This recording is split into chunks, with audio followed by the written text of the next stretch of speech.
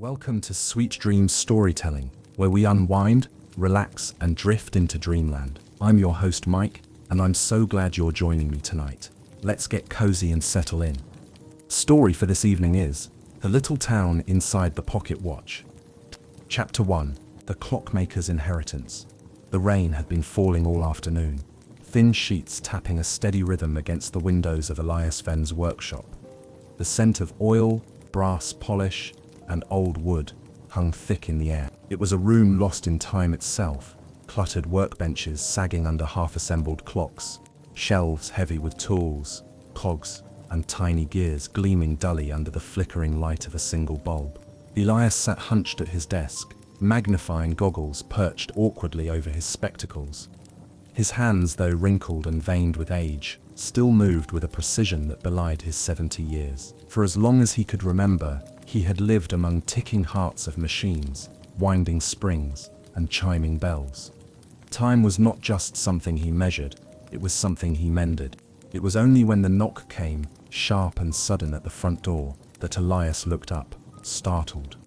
No one visited during storms. Reluctantly he rose, his joints creaking like ancient hinges. When he opened the door, a small, hunched figure in a dripping overcoat stood there. It was Mr. Penumbra, the solicitor from town.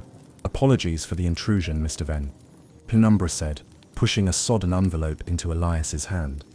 "I come on behalf of your grandfather's estate. This was found among his personal effects, and per his last wishes, it is to be delivered to you today, no earlier, no later." "My grandfather?" Elias murmured, puzzled.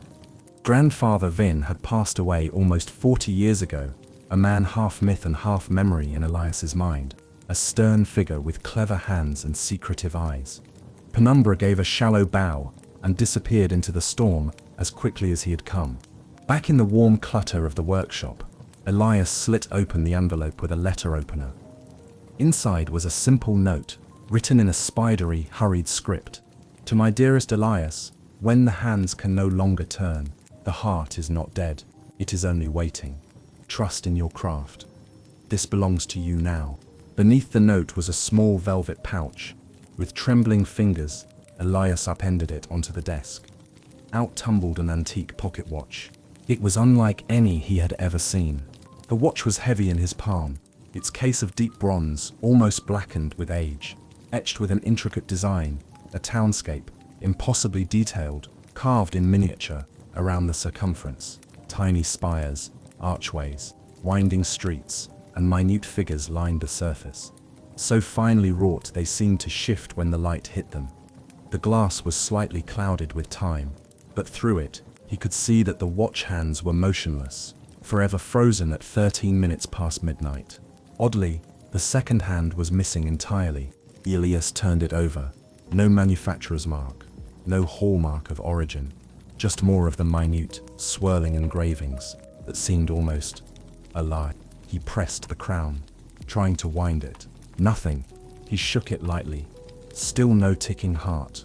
A shiver danced down his spine, though the workshop was warm. For a moment he thought he could hear something, whispers at the edge of hearing, like voices lost in a vast hall. "Nonsense," he muttered to himself. But still, as he set the watch on the desk, he could not help but feel the faintest sense of eyes watching him from the tiny city on its surface. The rain drummed harder on the roof, and the storm outside deepened, as if punctuating the strange weight of the moment. Something deep within Elias stirred, a mixture of wonder, unease, and a sudden overwhelming urge. He needed to fix it, not for money, not for pride, but because the watch itself seemed to ache for restoration.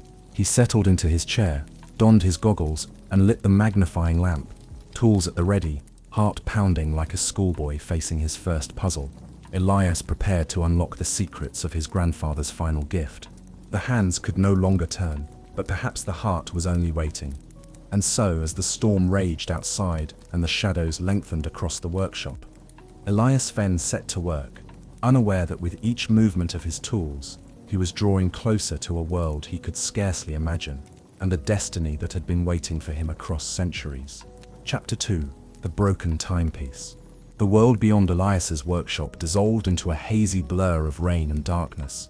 But within the small, oil-scented room, every detail sharpened with feverish clarity.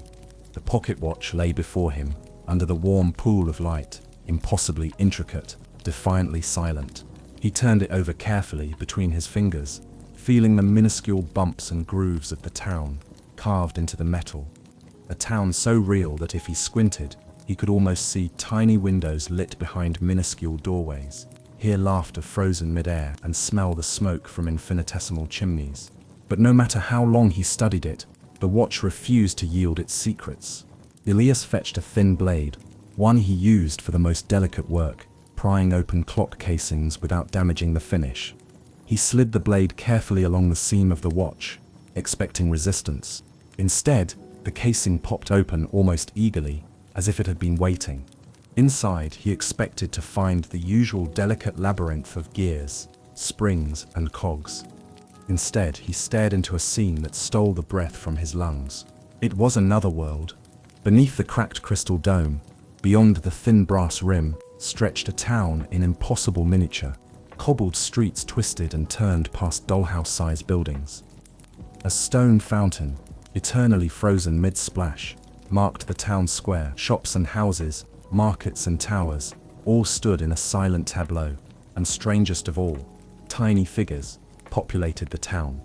Men tipping hats, women carrying baskets, children chasing a hoop, horses rearing on invisible reins, all mid-motion, all utterly, uncannily still. "This isn't possible," Elias whispered. His hands trembled, and he set the watch carefully onto the velvet cloth lining his bench. He leaned closer, heart hammering. There, a baker, paused mid-toss of flour onto a counter, a boy, caught in the act of stealing an apple, a woman at a window, her hand halfway through waving, each figure detailed down to the seams in their clothing and the expressions on their faces.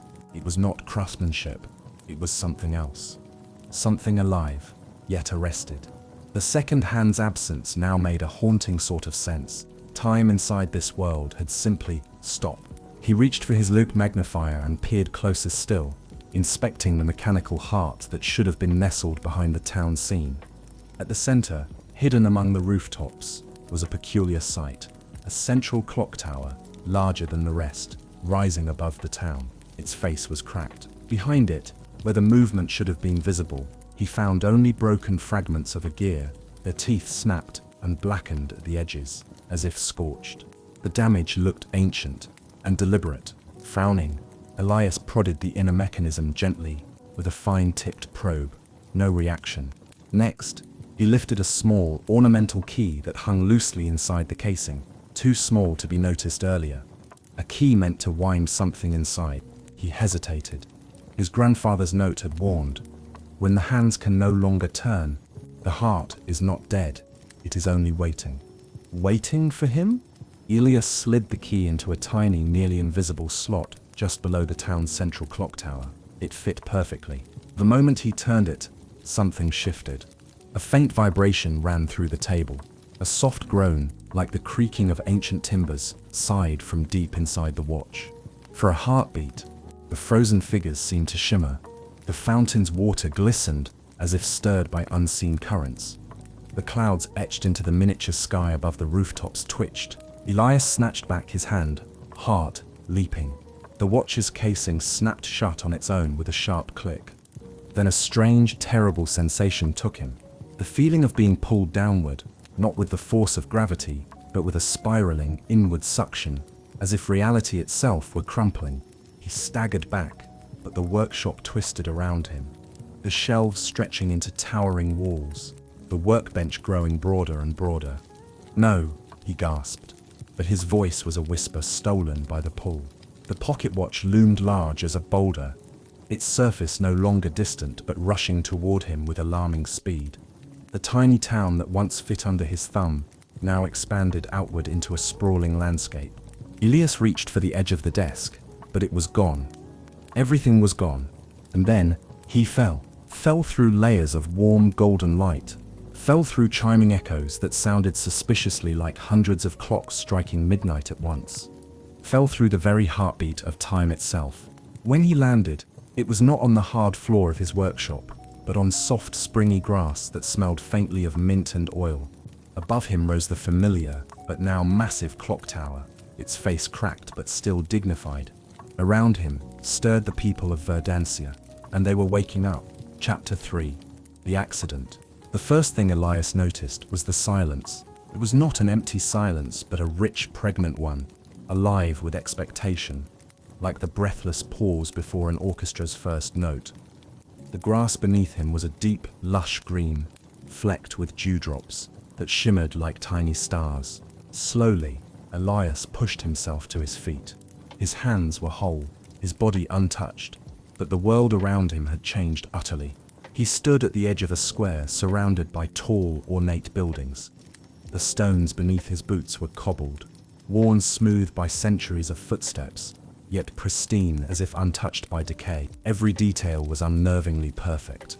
The iron grills on windows, the curling ivy creeping up walls, the faded yet vibrant market banners swaying gently even though he could feel no breeze.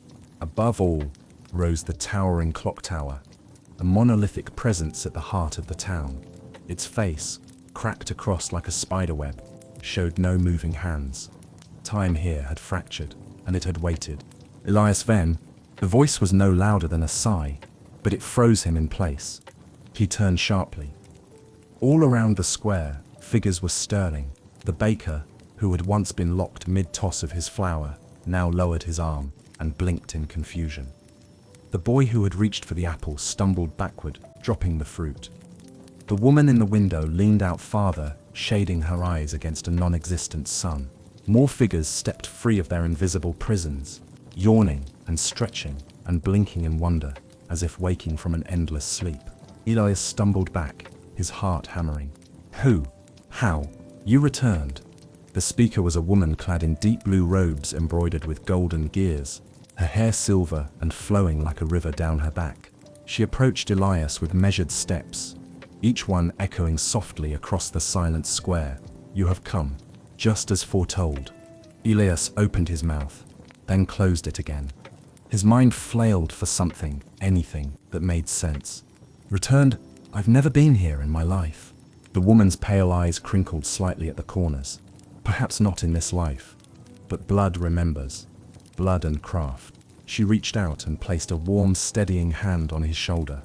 Despite the surrealism of it all, her touch was real, grounding him like an anchor in a sea of madness. My name is Madame Quill, she said, her voice clear now, echoing slightly as if the town itself listened. And you, Master Venn, are the heir of the hands, the fixer of time.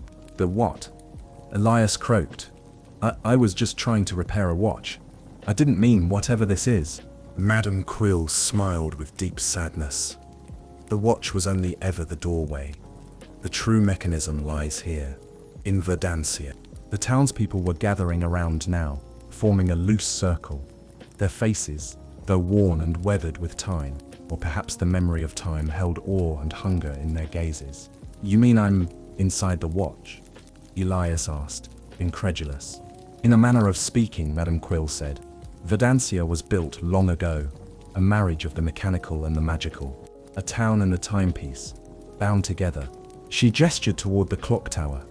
When the great gear of hearts shattered, time here stopped. We became prisoners of our own creation. But why me? I'm just a clockmaker. Elias protested. No ordinary clockmaker, she replied.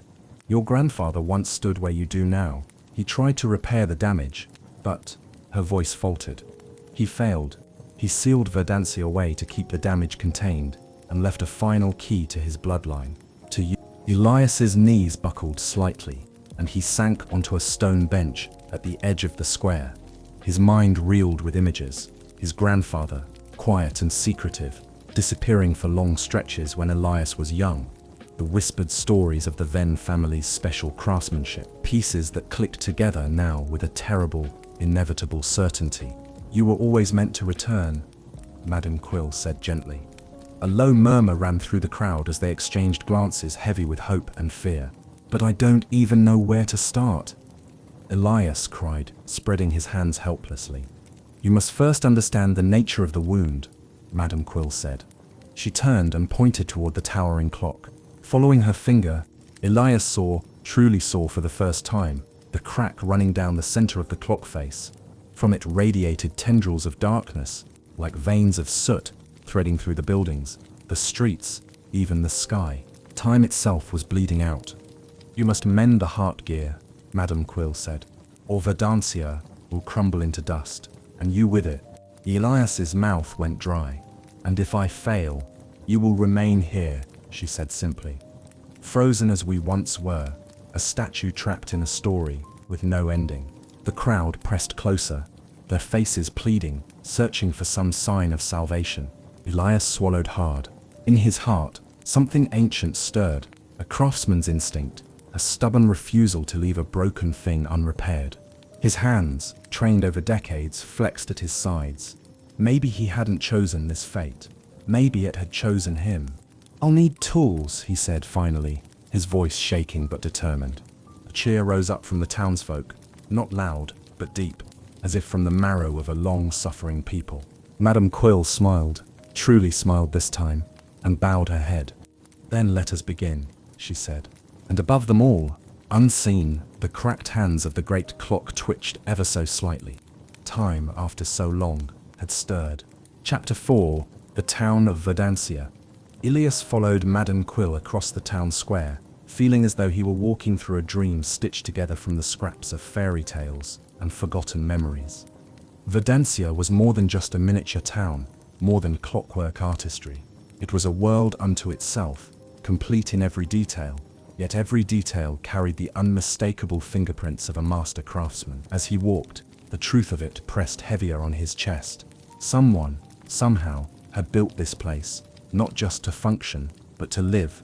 The square itself, where he had awoken, was paved with perfectly fitted stones etched with faint patterned spirals, sunbursts, and other ancient symbols whose meanings fluttered just beyond Elias's grasp.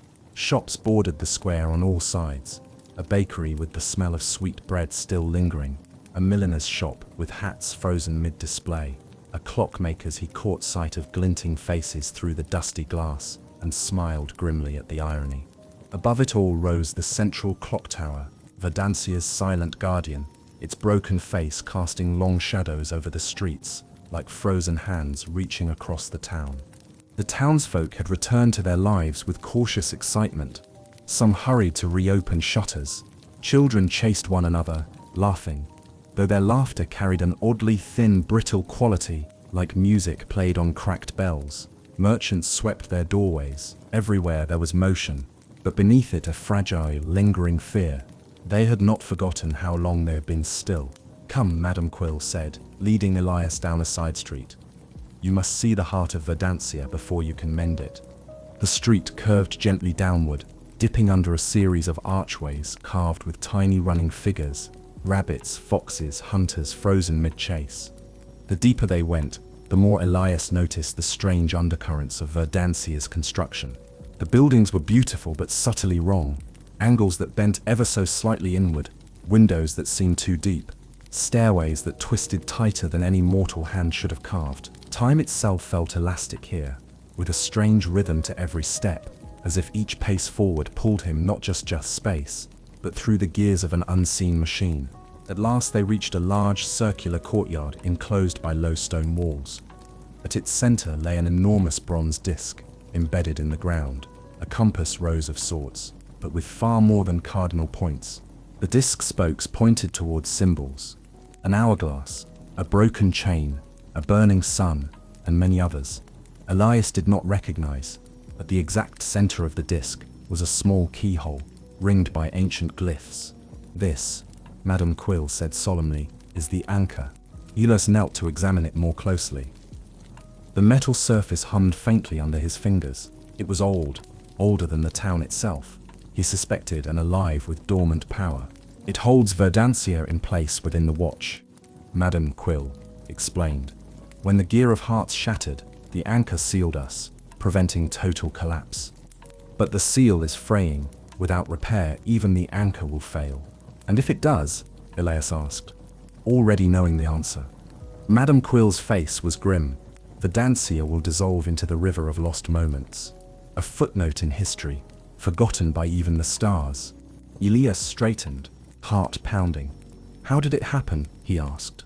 The broken gear, the frozen time. Madame Quill hesitated, then gestured for him to follow once more. As they walked, she spoke quietly. Long ago, Verdancia was an experiment, a dream made real by those who wished to master time itself. It was created by the chronomancers, artisans who blended magic and mechanics in pursuit of eternity. She smiled bitterly. They succeeded too well. Verdancia thrived, untouched by sickness, war, or decay.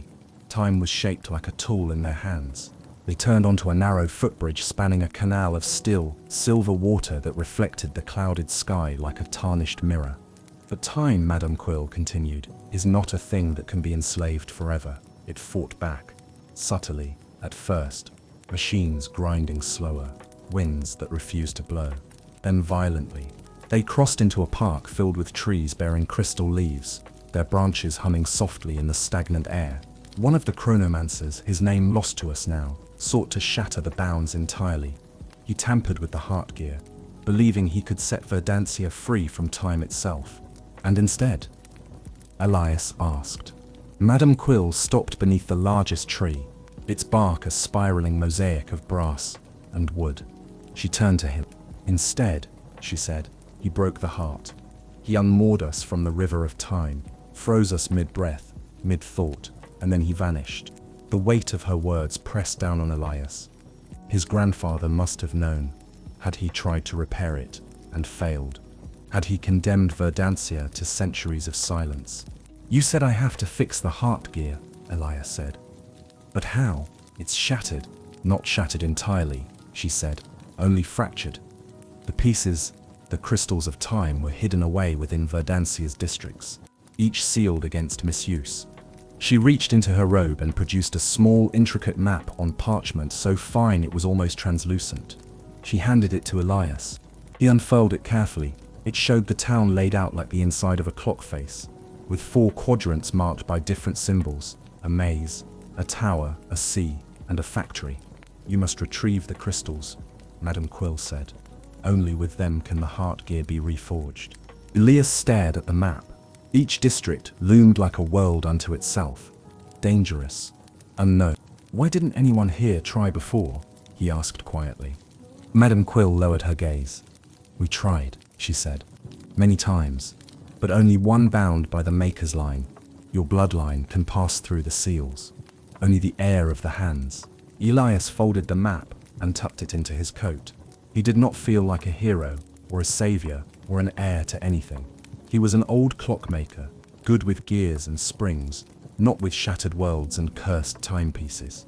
But when he looked around at the quiet hope burning in the eyes of the people, at the town that felt alive even in its brokenness, he knew he could not walk away. He would not.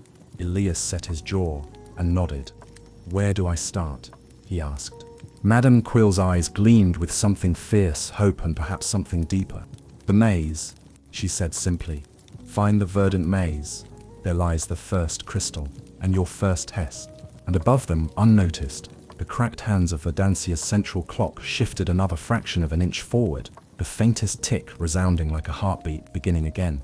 Chapter 5. The Awakening. The bell in Verdancia's central clock tower tolled once, a deep, resonant sound that seemed to vibrate through Elias's bones. It was the first time it had moved, the first chime it had released, in centuries. All across the town, the shift was palpable. Buildings, streets, even the very air seemed to breathe, as if Verdancia itself was stirring from its long, deathless sleep. Elias stood in the town square once more. The thin map to Madame Quill had given him crumpled in one fist, his heart pounding a wild, uneven rhythm in his chest. Around him, the townsfolk gathered, drawn to the square by the bell's haunting call. Men removed dusty hats and clutched them to their chests. Women wept silently. Children clung to their mothers' skirts, wide-eyed with wonder and fear. For so long they had existed in a muted half-life, aware and yet trapped, like paintings pinned to a crumbling wall. Now, color was returning to the world. The fountain at the center of the square, once frozen, now burbled weakly, its waters hesitant but alive. This is only the beginning, Madame Quill said, stepping beside Elias. Her voice was steady, but her hands trembled at her sides. With each piece you restore, Verdancia will awaken more fully. Elias swallowed hard. The responsibility pressed heavier on his shoulders with every passing second. But before he could dwell further, a sudden commotion rippled through the crowd. From the side streets and alleys, figures emerged, others of Verdancia, but these were different. Their clothes were strange, tattered and stained with oil and soot. Their eyes gleamed too brightly, and their movements were jerky, unnatural.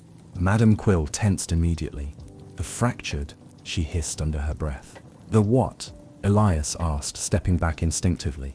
"They were the first to succumb to the breaking of the heart gear," Madame Quill explained quickly. "When the rupture came, some townsfolk were twisted by the imbalance. They are neither fully awake nor fully trapped. Time flows through them unevenly, leaving their minds shattered. The fractured moved like marionettes tangled in invisible strings, shuddering, lurching, twitching. Their faces were familiar but hollow, as though something vital had been drained away. They murmured nonsense words under their breath, snatches of old songs, counting rhymes, fragments of conversations lost to time. One of them, a man in a blacksmith's apron, his hammer still clutched tight in a skeletal hand, lunged forward. The townspeople screamed and scattered. Madame Quill stepped protectively in front of Elias. "We must not harm them if we can avoid it. They are victims of the same wound we seek to heal." "But they can harm us?" Elias asked grimly. She nodded. "Time within them has no order. They are unpredictable." The fractured surrounded the square, not attacking but blocking the exits. Their glassy eyes fixed on Elias. It was as if they sensed something different about him, something they both feared and hungered for. One of them, a young woman in a tattered green dress, shuffled closer. Her mouth worked soundlessly before a hoarse whisper escaped. "Fix it, please. Fix it," she gasped. Elias's heart twisted. Whatever fragments of humanity lingered within them were desperate, pleading. He took a cautious step forward, hands raised. "I will," he said, though the words felt small and fragile against the enormity of the task. "I promise." The woman's face crumpled in something like gratitude. She stumbled back, and the other fractured as if responding to an unspoken signal, retreated as well, vanishing once more into the crooked alleys and hidden courtyards of Verdancia.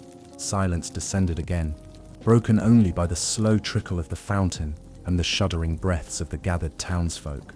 "They will follow you," Madame Quill said heavily. "Wherever you go in Verdancia, the fractured will sense your work.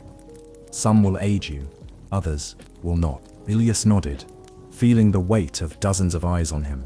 The townsfolks, the fractureds, the town itself. He turned slowly in a circle, taking it all in. The cracked buildings, yearning to be whole. The broken streets, ready to carry footsteps again. The people, waiting with all the hope their still hearts could muster. Verdancia had not just been waiting for someone to repair a mechanism. It had been waiting for him. Whether he was ready or not, Madame Quill touched his elbow lightly. "You should rest tonight. Tomorrow, you must journey to the verdant maze. It lies to the east, beyond the Weaver's Quarter." Elias nodded, too weary and overwhelmed to speak. He followed her to a modest stone house near the square. Inside, the furnishings were spare, but welcoming. A hearth, a cot, a basin of cool water, everything layered with dust and the feeling of long abandonment. Elias sat heavily on the edge of the cot. His hands, when he looked at them, were shaking. He had stepped into a story much larger than his own. A story his grandfather had left unfinished. A story now bound to his very blood. Outside, he heard the faint ticking sound once more. The clock tower's hands inching forward, slow and inexorable.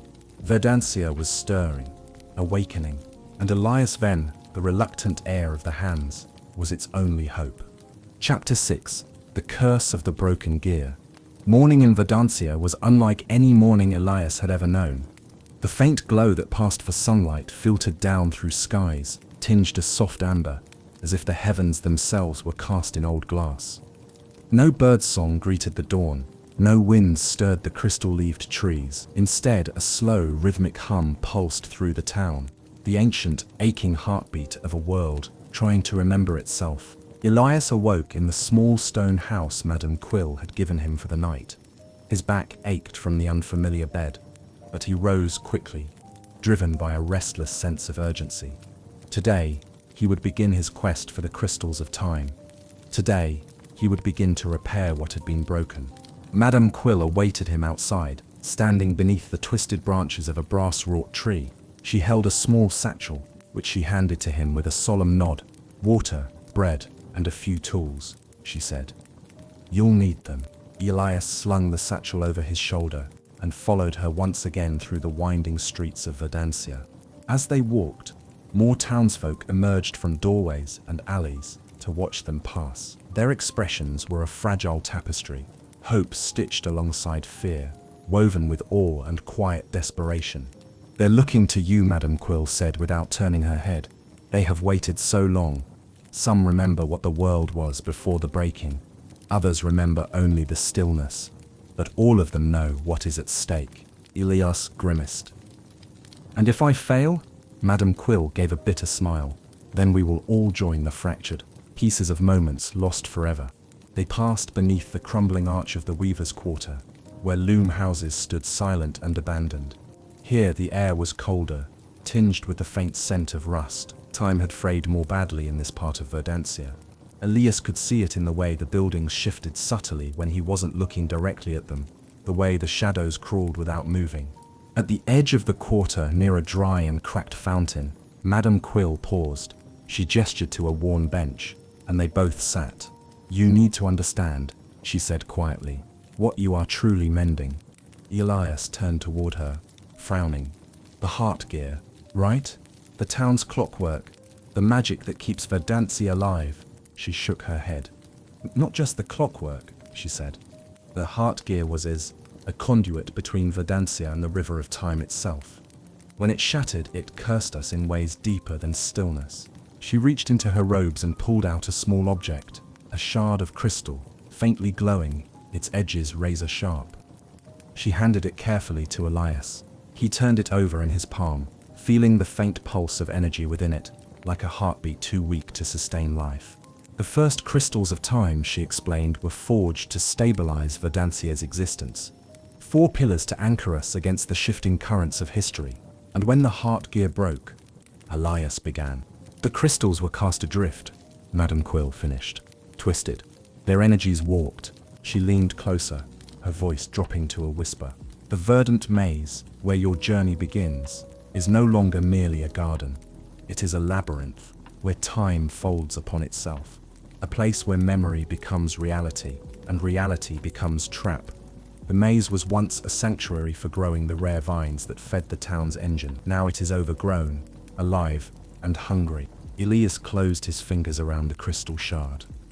"Hungry?" She nodded grimly. "The maze senses motion. It craves it. Once you enter, it will try to bind you in your own past, to trap you in endless loops of memory. It will show you things. Fears, regrets, loves lost. Anything to ensnare your mind and keep you wandering until your body fades into the soil." The weight of her words sank deep into Elias's gut. "You must find the first crystal hidden at the maze's heart," she said. "Only then can Verdancia's restoration truly begin." Elias looked down at the shard glowing faintly in his palm. It felt warm, almost alive. He slipped it carefully into his pocket. "How will I know the real crystal when I find it?" he asked. Madame Quill smiled faintly. "It will know you." They sat in silence for a moment longer, listening to the faint ticking that filled the air, an ancient, patient sound, like a distant heartbeat. Finally, Madame Quill rose. "There is one more thing you must know," she said, her voice turning hard. Elias stood, dusting off his hands. "More?" She nodded grimly. "The fractured are not the only dangers that roam Verdancia now. Some among us chose to embrace the stillness, to revel in their immortality. They see your work not as salvation, but as destruction. To them, the breaking of the heart gear was a gift, freedom from decay, from death, from change. And they'll try to stop me," Elias said. "They already have," Madame Quill said. "Your grandfather fought them when he first arrived. It cost him dearly." The words hit Elias like a blow. His grandfather's disappearance. his silence in later years. It all made a terrible sort of sense now. "I won't fail," Elias said, though the tremor in his voice betrayed the fear gnawing at him. Madame Quill studied him a long moment, then nodded once, sharply. "I believe you," she said simply. She pointed eastward, where the skyline dipped into a blur of green and gold, the edge of the verdant maze. "Go," she said. "Find the first crystal. Restore what was broken. And remember, trust your hands, but more than that, trust your heart." Elias nodded, squared his shoulders, and turned toward the maze. He felt the eyes of Verdancia on his back as he walked. And though he could not see them, from the deep shadows at the far edges of the Weaver's Quarter, others watched two eyes that glittered not with hope but with hunger. The town was awakening, but so were its enemies. Chapter 7. Echoes of the Past. The road to the verdant maze was a crooked one. Elias followed a crumbling cobbled path that wound through the ruins of the Weaver's Quarter, past forgotten gardens and derelict workshops, whose skeletal looms still stood like silent sentries. Every so often he glimpsed a figure darting just out of sight, a child perhaps, or a fractured soul lost in their endless loops. But they never drew close enough to be seen clearly. The closer he came to the maze, the more the world seemed to shift around him. The air grew heavy with the scent of earth and damp leaves. The buildings thinned, giving way to wild twisting walls of ivy and thorns. Vines crawled up stone walls and coiled over rusted fences like living things. Strange flowers, their petals pulsing faintly as though breathing, nodded in the unseen breeze. The maze itself rose before him like a sleeping giant. Its entrance was framed by two towering columns of stone, overgrown but still standing. The iron gate between them hung askew, broken long ago. Beyond it stretched a labyrinth of towering hedges, each leaf shimmering faintly under the amber sky. As Elias approached, he noticed a sign nailed to one of the columns. It was so weather-worn that most of the words were lost, but he could make out a few. Beware, reflection, memory, loss. He swallowed hard and tightened his grip on the map Madame Quill had given him, though it seemed almost laughable now, a fragile piece of parchment against a living, breathing monster of greenery and magic. Taking a deep breath, Elias stepped through the gate. Immediately the world shifted. The path behind him vanished. He spun around, but where once stood the broken columns, now there was only endless greenery, thick and towering, the leaves whispering secrets to one another in a language he could not understand. The maze had closed behind him. Ahead 3 paths opened, one straight, one curving right, one left, and sloping downward into mist. Elias hesitated. He had been warned about the maze's hunger, about its ability to trap minds in endless loops of memory and regret. He could almost feel it now, a subtle tug at the edges of his thoughts, like invisible hands trying to pull him apart. He chose the straight path. The hedges loomed high on either side, twisting unnaturally, their shadows flickering and shifting as he walked. The ground underfoot was soft, almost spongy, as if the earth itself were tired of holding form. For a while, there was only the rhythmic crunch of his boots on the damp path. Then came the whispers. At first they were indistinct, like the rustle of wind through leaves. But as Elias walked farther, they grew sharper, more familiar. He heard laughter, a child's laughter. He stopped dead in his tracks. No, it couldn't be. But when he turned, he saw it. A narrow side path had opened to his right, and there, standing barefoot on the mossy stones, was a small boy. The boy was no older than 6, his dark hair messy, his clothes patched but clean. He clutched a wooden toy horse in his hands, its paint chipped and fading. Elias felt his breath catch. It was himself, as he had been decades ago. The boy looked up and smiled, a gap-toothed grin that stirred 1,000 memories. Elias had buried deep. "Come play, Elias," the child called, his voice bright and inviting. "Don't you remember? You promised." Elias's knees buckled slightly. He gripped the hedge wall for support, the vines cool and slick under his palms. Memory surged up around him. A summer afternoon, the creak of the porch swing, his grandfather's voice calling him inside for lessons, pulling him away from play, from the innocence of childhood into the rigid discipline of clocks and gears and endless precision. He had resented it, fought it, and yet, in time, he had become it. He took a step toward the boy, then froze. The child's smile wavered.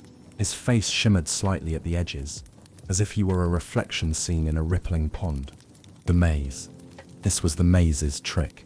It was using his own memories against him, trying to lure him off the true path into endless spirals of regret. "I can't stay," Elias said hoarsely, his voice thick with unshed tears. "I'm sorry." The boy's eyes darkened, not with sadness but with something deeper, something wrong. "Stay," the child hissed, his voice twisting, growing hollow. "Stay forever." The air thickened, the vines around Elias, reaching out, their tips sharp as needles. With a desperate grunt, Elias turned and bolted down the main path, ignoring the cries that echoed behind him, growing shrill and angry. The maze roared around him, branches whipping, roots rising to trip him, thorns clawing at his clothes and skin, but he ran, heart hammering, lungs burning, until at last he stumbled into a small clearing. At the center of the clearing stood a pedestal of twisted stone. Upon it rested a crystal. It pulsed with a soft green light, a rhythmic thrum, like a heartbeat. Elias staggered forward, blood dripping from scratches on his arms and face. He reached for the crystal and felt a force press against him, a resistance not physical but emotional. Fear, guilt, doubt. The maze was trying to break him, to convince him he was unworthy. Gritting his teeth, Elias pressed onward, his hands steady despite the voices screaming in his mind. "You abandoned your childhood. You failed your grandfather. You will fail us all." "No," Elias growled through gritted teeth. "Not this time." His fingers closed around the crystal. The moment he touched it, a surge of warmth flooded his body. The whispers fell silent. The maze seemed to recoil, the hedges pulling back as if in fear. The crystal's green light brightened, and Elias felt its recognition, a silent, wordless bond. He had passed the first test. The maze, sensing its prey slipping free, unleashed one final howl of fury, a gust of wind that tore at Elias's coat, a wave of despair that sought to drag him down. But he clutched the crystal to his chest and ran. Somehow, impossibly, the path before him straightened. The maze, sensing defeat, began to unravel. Moments later, Elias burst through the archway of the entrance, gasping, bruised, but alive. The ruined gate of the maze swung shut behind him with a groan. He collapsed to his knees, the crystal glowing steadily in his hand. Madame Quill stood nearby, watching him with an unreadable expression.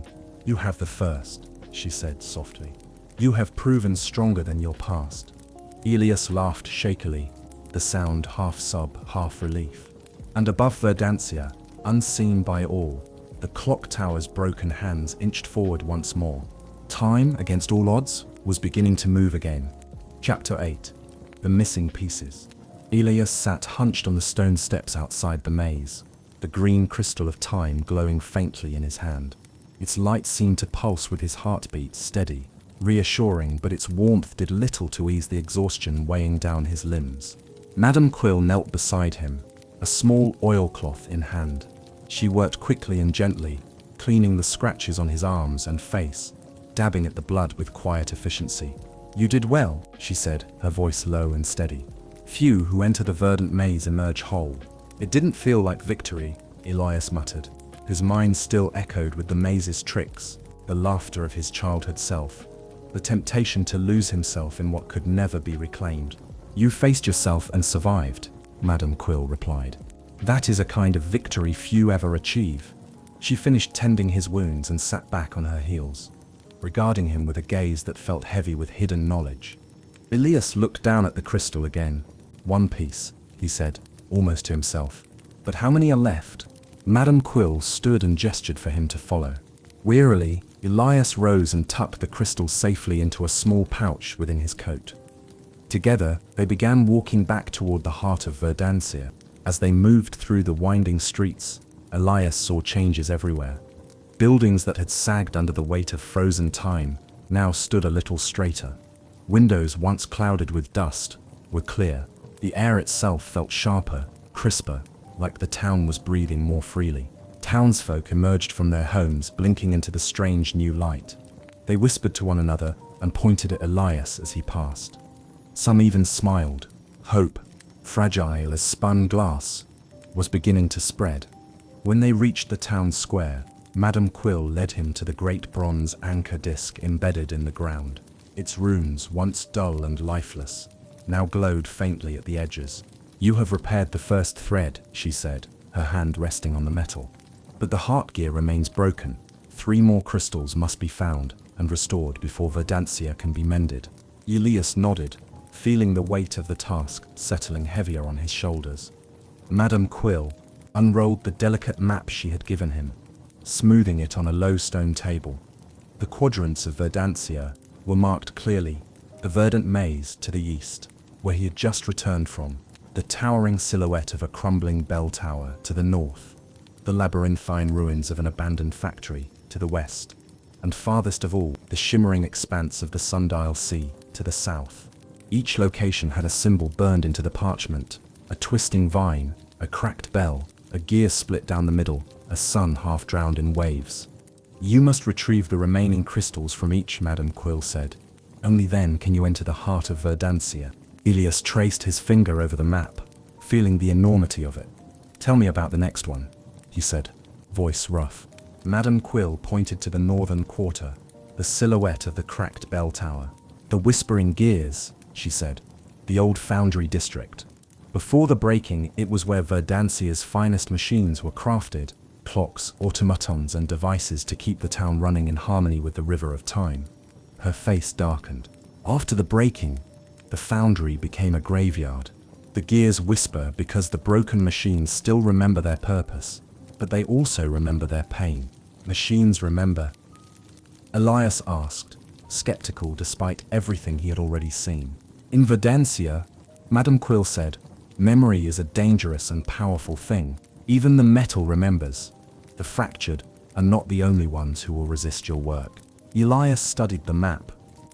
The foundry district was a tangle of alleyways, massive factories, and crumbling smokestacks, a place where time and machinery had bled together until neither functioned properly anymore. "And the crystal?" he asked. "It lies within the bell tower itself," she said, "at the center of the foundry. But the way is treacherous. The machines have changed." He swallowed hard. "How?" "They have no masters," she said simply. "No purpose but to repeat their last commands. They will see you as an intruder, a threat." Elias ran a hand through his hair, feeling the grit and dirt of the maze still clinging to him. "So," he said, forcing a wry smile, "to fix a broken town trapped in a broken watch, I have to fight haunted machines in a cursed factory." Madame Quill's lips twitched, almost a smile, almost sadness. "You are the heir of the hands," she said. "Mending broken things is your destiny." He laughed, a short, harsh bark of sound. "Destiny." He spat the word like it was bitter. But when he looked around, at the tentative hope rekindling in the faces of Verdansia's people, at the faint glow creeping back into the broken city, he knew there was no real choice.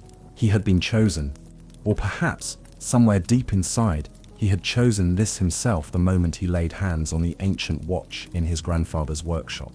"Fine," he said. "Where do I start?" Madame Quill handed him a small metal object, a compass, unlike any Elias had seen.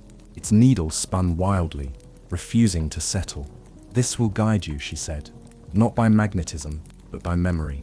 It will lead you toward the echoes of time, the places most deeply fractured." He pocketed the strange compass and folded the map carefully. Madame Quill placed a hand on his shoulder. Her grip was firm. "Be wary," she said. "Not all who smile in Verdansia wish you well. Some who walk among us now are not as they seem." A chill prickled down Elias's spine, but he nodded. He turned away from the square, setting his course northward, toward the looming outline of the Whispering Gears. As he walked, the faint ticking sound that had become the constant backdrop of Verdansia grew louder, steadier. The town was slowly waking. And so were the things that had been sleeping in its shadows. Chapter 9. The Whispering Gears. The northern skies over Verdansia were darker than the rest. As Elias approached the foundry district, the amber hues of the rest of the town gave way to a perpetual twilight. Heavy clouds, the color of bruised metal, churned soundlessly above crumbling smokestacks that clawed toward the heavens. A stale wind carried the scent of iron, oil, and something sour, something wrong. The road narrowed to a cracked stone bridge spanning a dry canal, its iron railings twisted and half melted. Beyond lay the foundry, a labyrinth of ruined factories, rusted catwalks, and crooked towers, leaning at impossible angles. At the farthest edge, visible even through the haze, stood the broken bell tower, the next goal. The compass Madame Quill had given Elias spun wildly in his hand, tugging faintly in the direction of the tower. He crossed the bridge, boots crunching over fallen gears and broken chains. The moment his foot touched the threshold of the foundry, he heard it, a faint, metallic whispering. It came from everywhere and nowhere, threading through the wreckage like a ghost.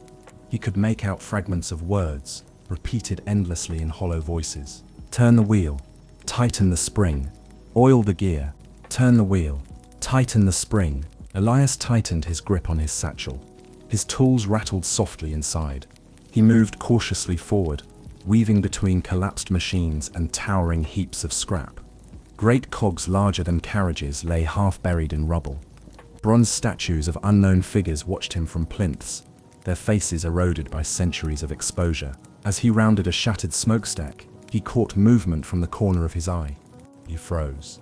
There, shambling along a rusted track, was a creature cobbled together from machinery. Its body was an amalgamation of gears, springs, and broken clock faces. Steam hissed from vents along its back.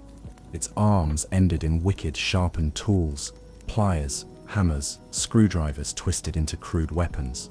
Its head was a hollow bell, cracked and ringing softly with every lurching step. It hadn't seen him yet. Elias ducked behind a fallen boiler, heart pounding. The creature, a whisperer, he realized grimly, was one of the broken machines Madame Quill had warned him about. Mindless, dangerous, left to repeat its last task. Maintain, repair, build. But now without purpose or control. He needed to reach the bell tower without drawing too much attention. Carefully, he plotted a path between the wreckage. The foundry sprawled like a decaying beast, alive with the soft sigh of shifting metal and the mournful clanking of machines locked in endless futile labors. Broken automatons, slumped in corners, some twitching weakly, others staring blankly with dim, glassy eyes. The further he ventured, the louder the whispers grew.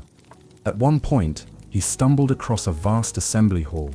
Conveyor belts stretched into darkness, laden with half-formed clockwork creatures, limbs twitching spasmodically, gears spinning uselessly.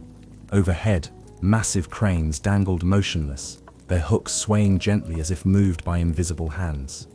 As he edged through, a whisperer perched on a gantry overhead turned its cracked head toward him. Elias froze. The creature emitted a sound like a clock winding backward, a grating metallic screech, and leapt down. Elias sprinted. He ducked under a rusted pipe, narrowly dodging the swipe of a sharpened spanner. Sparks flew as the whisperer's blow struck the metal. Panting, Elias scrambled into a maintenance tunnel. The darkness swallowed him whole, and for a moment only the pounding of his heart filled his ears.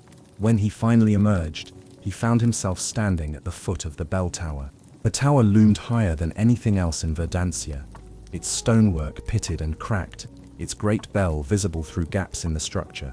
Ropes hung in tatters from the belfry. Strange sigils were carved into the stone's words, perhaps though their magic felt brittle and faded. At the base of the tower was a great iron door, sealed shut with a heavy mechanical lock shaped like a clock face.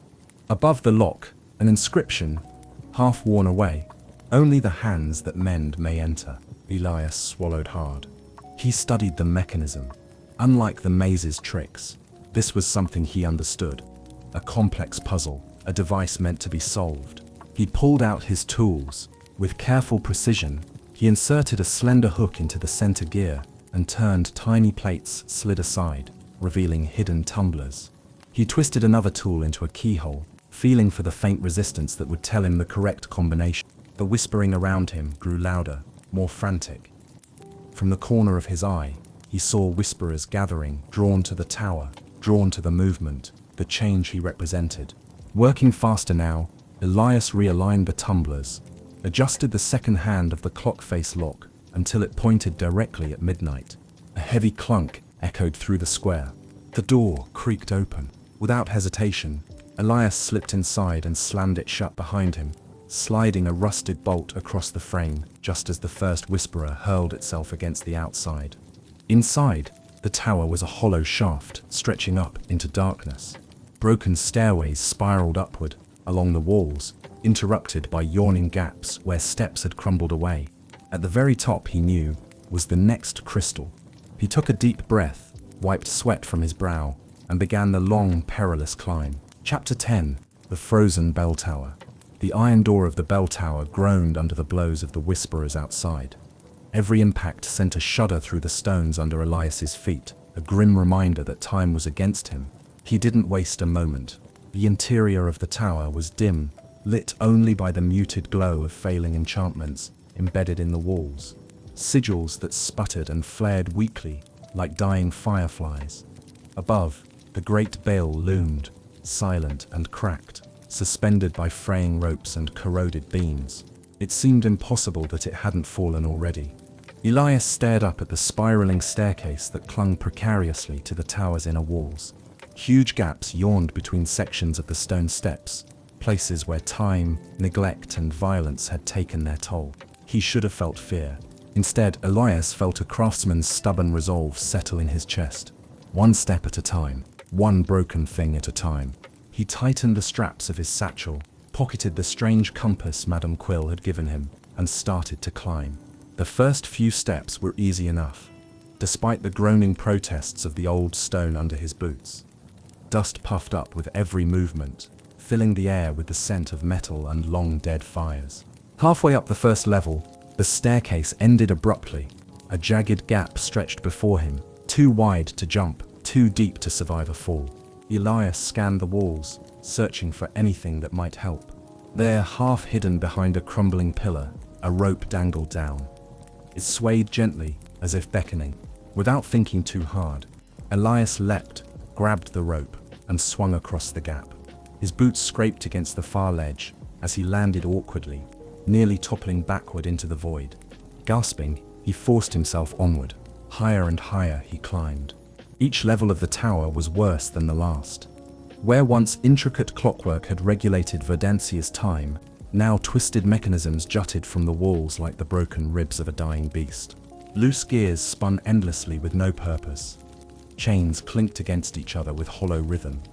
In one alcove, Elias glimpsed a clock face shattered into 1,000 pieces, the hands still trying vainly to tick across the shards. The whispering grew louder the higher he went, but these whispers were different from the mechanical mutterings outside. These voices were more personal. Elias, a soft voice breathed from the shadows. He froze. It was his grandfather's voice. Elias, you are not ready. You were never ready. He shook his head, trying to banish the illusion. The maze had tried similar tricks. He would not be fooled again. But another voice joined the first. You cannot fix what you are, said a woman's voice. His mother's this time, soft and bitter. You are the crack in the gear, whispered a third, his own voice. Older, heavier, soaked in regret.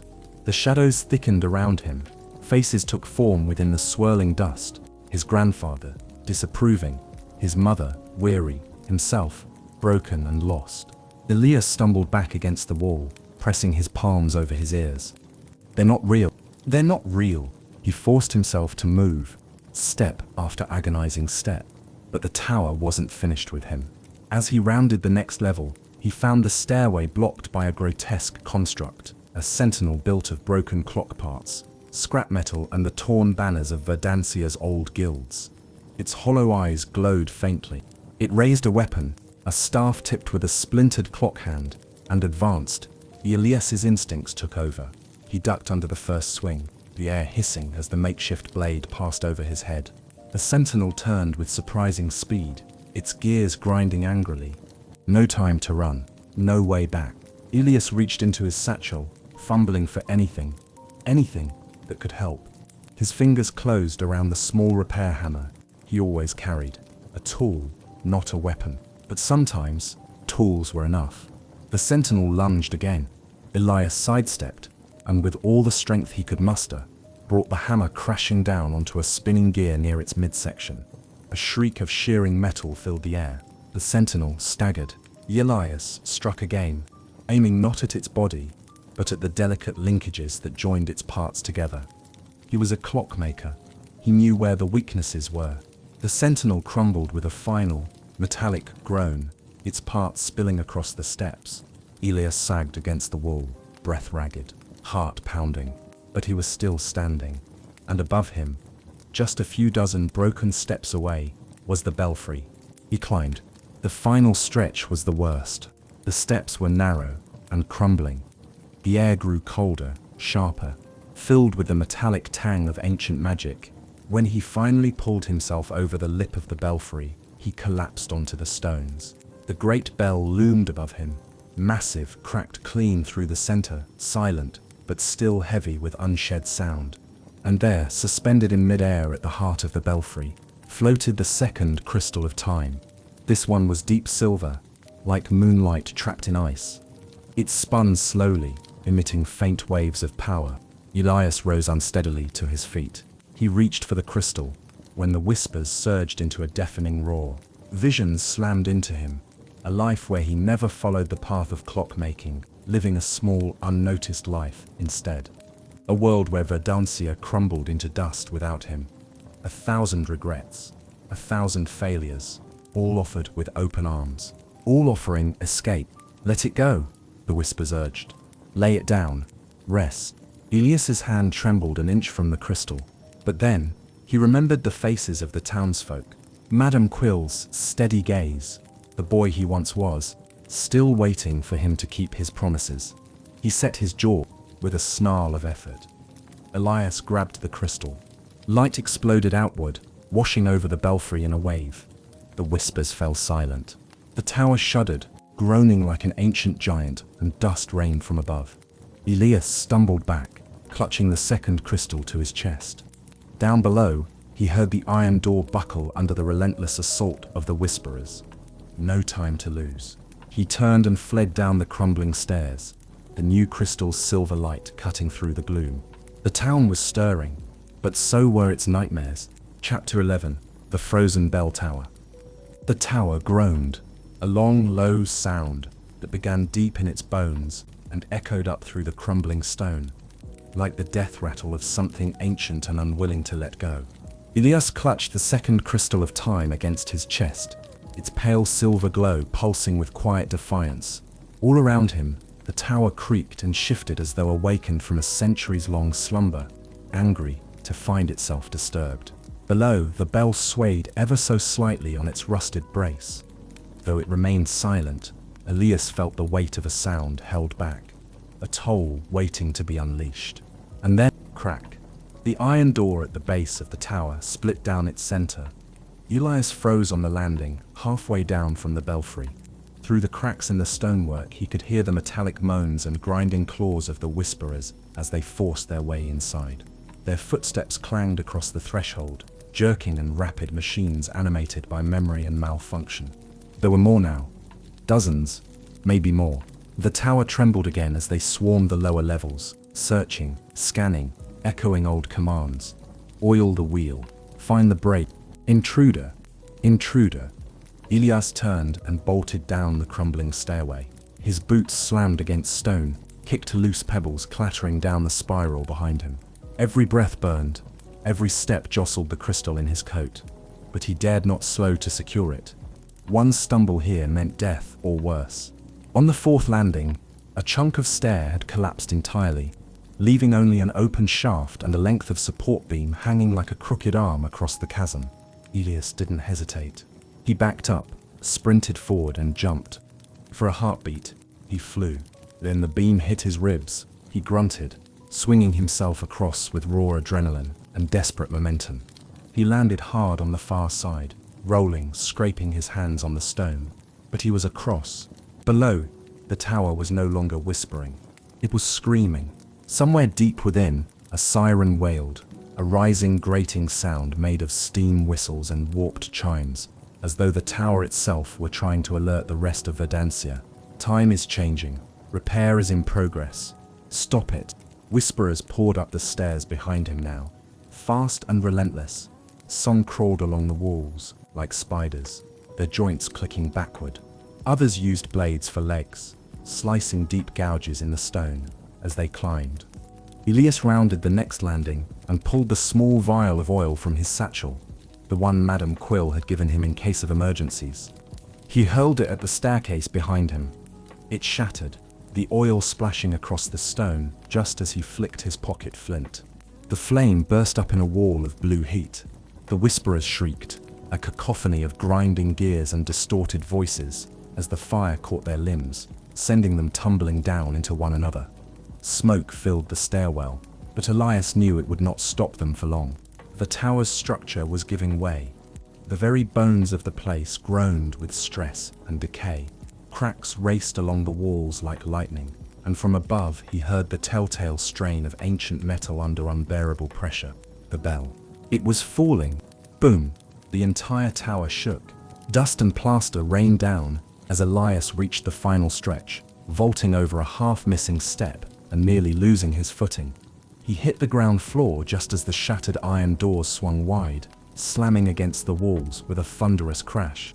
The whisperers were already pouring in, dozens of them, some taller than men, others slithering on tank-like treads. Their hollow faces flickered with fractured light, mouths shaped like clock chimes and wind-up keys. Elias turned sharply and ran, not out, but down. He dove into a side passage, a maintenance corridor once used by engineers to access the tower's base mechanisms. It stank of burnt copper and stagnant oil, but it was narrow, and the larger whisperers couldn't follow. He ducked under pipes and slid beneath fallen beams as the ceiling above him trembled. And then light, a small access door at the far end, half covered in moss. Elias slammed it open and stumbled out into the cold, grey daylight. He emerged into the shattered remains of the foundry courtyard. The tower loomed behind him, shaking now with deep, seismic pulses. And then the bell gave one final furious groan and fell. The sound was not just heard, it was felt. The bell crashed down through the center of the tower, dragging support beams and stone with it. The upper floors imploded, the top of the tower collapsing in on itself like a dying beast curling inward. A shockwave of dust and debris blasted outward, knocking Elias off his feet and filling the courtyard with choking haze. When it cleared, the bell tower was gone. Only a cracked stone base and a few twisted ribs of metal remained. Silence. The whisperers, cut off from their nest, wandered the wreckage in aimless loops. Some shut down entirely, slumping over like broken marionettes. Others continued to whisper to themselves, their voices growing quieter. Elias sat up coughing. His clothes were scorched and torn, his knuckles bloodied. But the crystal thanked the maker, the crystal remained intact. It still pulsed in his coat pocket, silver and cool. The second piece of time, reclaimed. After a long moment, Elias forced himself to his feet. Behind him, the broken tower still smoldered. Ahead of him, the road led south, toward the Sundial Sea. But for now, he turned back toward Verdancia. The walk was slower this time. Townsfolk watched him return, soot-covered and limping, and their expressions turned from fear to awe. Children pointed, old men whispered to one another. A few people knelt and pressed their hands to their hearts as he passed. He didn't feel like a hero. He felt tired. Madame Quill met him at the edge of the square.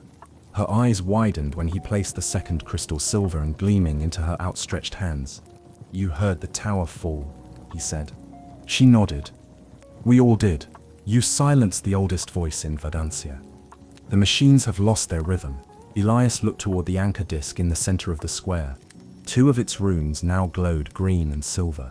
The heartbeat of the town had grown stronger. "Two more," he said. Madame Quill's smile was soft, but her eyes were sharp, and the most difficult paths lie ahead. Elias looked south, toward the shimmering mirage of the sea on the horizon. The Sundial Sea waited, and time was not done testing him. Chapter 12. The Sundial Sea. The southern edge of Verdancia shimmered in the distance, a rippling mirage where sky met water and time forgot itself. Elias had seen many strange things since entering the world inside the watch. A living maze of memory, a factory haunted by machines and regret, a crumbling tower that whispered in forgotten voices. But nothing could have prepared him for the sundial sea. He stood now at the top of a dune, overlooking the edge of the town where the stone and soil gave way to glassy water. The air here was heavy with salt and something else, an electric tension that made the hairs on his arms stand up. The sea was motionless, but not still. Its surface rippled subtly, not in response to any wind, but to an invisible rhythm, like breath, like pulse, like time. The sky above it was warped, not just the color, though it was an unnatural silver gray, but the movement. Clouds drifted backward, the sun flickered like a failing bulb. In one direction, Elias saw it rise, in another it sank. A massive stone sundial, half sunken and cracked, jutted from a peninsula that curled like a hook into the sea's edge. It wasn't decorative, it was functional, a keystone. Its great gnomon, the arm that once cast a shadow, was twisted sideways, shadowless. The sea bends time, Madame Quill had told him that morning. It reflects what Verdancia used to be and what it might become. But the currents shift unpredictably. The closer you get to the third crystal, the less the rules of cause and effect will apply. Now, Elias stood at the shore, watching fish leap in and out of the sea. Some vanishing before they hit the water, others swimming through the air before dropping into the waves below. The path ahead was a narrow sandbar, winding into the sea, flanked by strange rock formations, shaped like broken timepieces. They clicked and spun slowly in place, powered by nothing. Elias could see. Some ticked forward, others ticked backward. He stepped onto the sandbar. Immediately, he felt the world lurch. His footsteps echoed both ahead of him and behind him. Each step forward came with a strange feeling of déjà vu, as if he were not just walking to something, but also from it, living the memory of his journey even as he made it. It was dizzying. The farther he walked, the stranger the landscape became. The sun split in two, one golden and rising in the east, one pale and setting in the west. The water turned reflective like polished silver, showing not the sky above, but images from Elias's past. In one ripple, he saw himself as a child, building his first watch under his grandfather's watchful eye. In another, he saw the moment he inherited the watch, the doorway to Verdancia. In yet another, he saw himself climbing the bell tower, but moving backward, falling upward, ascending from ruin back into ignorance. "You are being unwritten," a voice whispered. He turned, no one, but the water near his feet shimmered, and out stepped a figure. It looked like him, older, gaunter, with grey in his beard and hollowness in his eyes. The reflection stepped onto the sand, as if the surface were solid. "Turn back," the figure said. "You'll never reach the crystal. Time doesn't want to be mended." Elias clenched his fists. "You're just a trick, a reflection." The doppelganger smirked. "You think you're the one in control, but every step you take brings the end closer. You're not fixing time, you're unraveling it." Before Elias could respond, the reflection burst apart into steam, dissolving into the shifting tide. He continued on, the sandbar now crumbling underfoot, each step taking immense effort. And then he saw it, the third crystal. It floated at the center of a tide pool, atop a sunken dais shaped like a compass rose. The crystal was golden, shaped like a teardrop frozen mid-fall. Around it, the water spun in concentric rings, first clockwise, then counterclockwise, then stopping entirely. Elias approached cautiously. As he reached the dais, the sea rippled around him, and reality fractured. Suddenly he was not alone. Dozens of versions of himself appeared around the pool, each acting out a different moment from his life. One was arguing with his grandfather in his youth.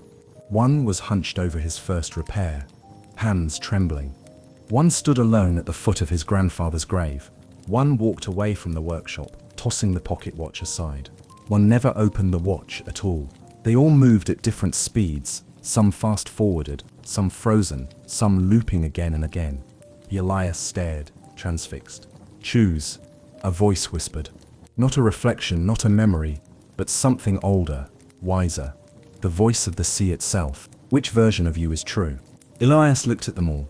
The angry boy, the frightened apprentice, the man who almost walked away. And finally, he looked down at his own hands. Scarred, scraped, still trembling, but his, "I am the one who stayed," he said softly. "I am the one who chose to mend what others broke." The sea shimmered. The figures vanished. The water around the crystal went still.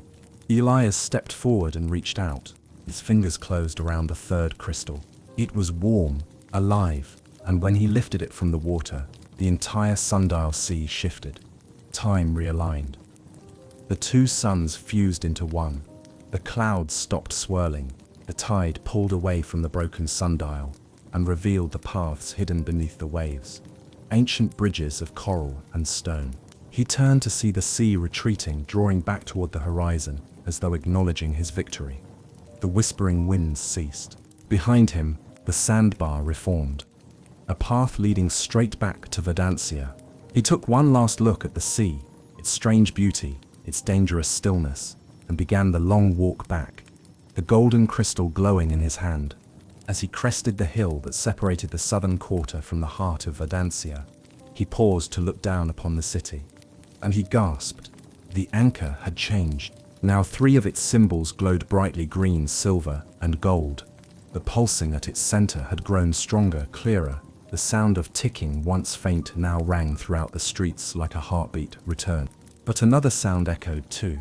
A low, distant grinding, like a gear turning for the first time in centuries. Something was moving beneath Verdancia, something that had been dormant. And as Elias returned to the square, the townspeople fell silent. They could feel it too. Madame Quill approached slowly, her expression unreadable. "You found the crystal," she said. Elias nodded, holding it out. "Only one left." She took it, but did not smile. "The last is hidden deeper than any before," she said, voice tight with warning. Elias furrowed his brow. "Where?" Madame Quill looked him in the eyes. "The factory of echoes," she said, "and the one who waits there has not forgotten your grandfather's failure." Chapter 13. The Broken Core. The sky over Verdancia had changed again. With the retrieval of the third crystal, the color above the town had brightened to a clearer gold, casting sharper shadows through the cobbled streets. Buildings once cracked and lopsided now stood straighter. The fountain in the central square bubbled with real movement, and shop signs swung gently in the breeze. Not because they were caught in an illusion of life, but because life had begun to return. Time was flowing again, but beneath that hope, something else stirred. A vibration, barely perceptible, ran through the soles of Elias's boots as he stood near the anchor. The third crystal, golden and warm, had just been placed into its groove beside the green and silver ones. Now, with 3 of the 4 crystals in place, the anchor pulsed, not just with rhythm, but with urgency. Madame Quill was waiting. Her face was pale. "It started," she said simply. Elias frowned. "What started?" "The awakening," she whispered. "The heart is stirring. The core is no longer dormant." She turned to him, her eyes sharp. "There is no time to waste. The last crystal is not hidden in some distant ruin. It's buried in the place none of us have dared go since the breaking beneath Verdancia itself." Elias's heart sank. "The core," Madame Quill nodded. "The factory of echoes. It lies deep beneath the anchor, built by the founders to power the flow of time through all of Verdancia. It was where the heart gear turned, where every second in this world was born." She led him to the anchor disc. The runes around its edges were glowing brightly now. The sigils were pulsing faster, like the accelerating beat of a clock wound too tightly. Elias had barely noticed it before, but now he saw the faint groove around the disc's perimeter. A seam. Madame Quill reached into her robe and pulled out a small gear made of bronze and bone. "My final key," she said, "passed down through generations of wardens, meant only to be used when all else failed." She pressed it into a slot near the edge of the disc. With a sharp click, the entire structure began to turn. The sound was thunderous. Stone grinding against stone. Ancient gears locked in place centuries ago now roared awake beneath their feet. The anchor split down the middle and slid apart, revealing a spiral staircase made of dark iron, descending into shadow. The air that flowed up from below was cold, not the chill of wind, but the deeper cold of something untouched for centuries. It smelled of oil, rust, and buried memory. "Are you certain?" Madame Quill asked. Elias looked down into the dark. He was exhausted, sore, haunted by visions of himself and of what could have been. But he had come too far to turn away now. "I have to finish this," he said. Madame Quill gave a single solemn nod. Elias began his descent. The staircase twisted downward for what felt like hours. As Elias descended, he passed carvings etched into the metal walls, depictions of Verdancia's earliest days, the forging of the first crystal, the union of machinery and magic, the founding of the town not as a place, but as a concept, a sanctuary built to defy time, to master it. Then came darker carvings, a robed figure splitting the heart gear in two, the screaming faces of townsfolk caught mid-motion, the runes that once pulsed with light, now flaked and blackened with age. And then the stairs ended. Elias stepped onto a narrow catwalk, suspended over a massive void. He had arrived in the core. Below and around him stretched a world of gears, levers, pistons and coils, an impossible mechanical heart stretching for miles. Light came from glowing cables that pulsed red and gold, flickering weakly like dying veins. At the center of it all stood a vast gear, taller than a building, shattered down the middle. The heart gear. Its jagged teeth were twisted and warped, frozen mid-turn. Sparks arced from its broken rim. Around it, machinery continued to try and push the ruined mechanism forward, failing endlessly, like a dying heart trying to beat. Elias was awestruck. And then a voice echoed through the core. "You are not the first." Elias turned. A man stood on the far end of the catwalk, partially cloaked in shadow. He wore a long, tattered coat of deep red. His face was pale, lined familiar, eerily familiar. His eyes gleamed like tarnished silver. "Who are you?" Elias asked. The man stepped into the light. Elias's breath caught. He looked into the face of his grandfather. No, not quite. This man was younger, sharper, not the tired, broken man who passed down a pocket watch and cryptic warnings. "You know me," the man said. "Or at least, what I once was." Elias's mind reeled. "You're my grandfather?" The man smiled sadly. I was also the first to try to fix the heart. But I failed. I failed Verdancia, and I failed you." Elias stepped forward. "What happened down here?" "I tried to do what you are doing now," his grandfather said. "I made it this far. I found the final crystal. I tried to force the heart gear to turn again, but I misjudged what had been done." He pointed at the broken gear. "That," he said, "wasn't an accident. It was sabotage." Elias felt the floor shift beneath him. "By who?" His grandfather's eyes turned cold. "By one of the founders, a man who believed time should not be controlled, who believed Verdancia should be frozen forever, safe from change, safe from pain, safe from death. The same one who corrupted the machines." Elias asked. His grandfather nodded. "Corvan, a chronomancer, he broke the heart gear and vanished into the machinery, but his presence remained." A deep vibration rippled through the core. Sparks flew from the shattered heart gear. A new voice filled the space, deep and hollow. "You bring time, time brings decay." A figure stepped from behind the broken gear. It wore robes made of metal shavings and wires. Its face was hidden beneath a clock mask, hands spinning wildly. The air around it bent, like heat-warping glass. "You would restore the wound I so mercifully inflicted," the figure intoned. "You would bring endings." Elias stepped back. His grandfather pulled a gear-shaped blade from his belt. "Go," he whispered. "You must find the final crystal. It's behind the heart gear, hidden in the very wound itself." "I'm not leaving you," Elias said. "You must," the old man insisted. "I held Verdancia in stasis all these years, trying to buy time for you. Finish what I began. Restore the town. Free us." Corvan let out a shriek of metal and magic and lunged. Elias ran. He leapt from the catwalk onto a maintenance scaffold, then climbed a ladder behind the broken gear, sparks cutting across his arms and coat.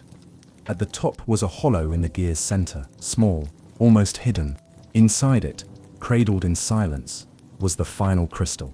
It glowed black. Not evil, not corrupted, but full of absence. The still point in time, the end and beginning, the final piece. Elias took it. The machinery around him screamed. Corvain howled. The heart gear shuddered, and Elias turned to run, crystal in hand, toward the only hope Verdancia had left. Chapter 14. Betrayal in Verdancia. Elias emerged from the stairwell beneath the anchor just as dusk fell over Verdancia, or something like dusk.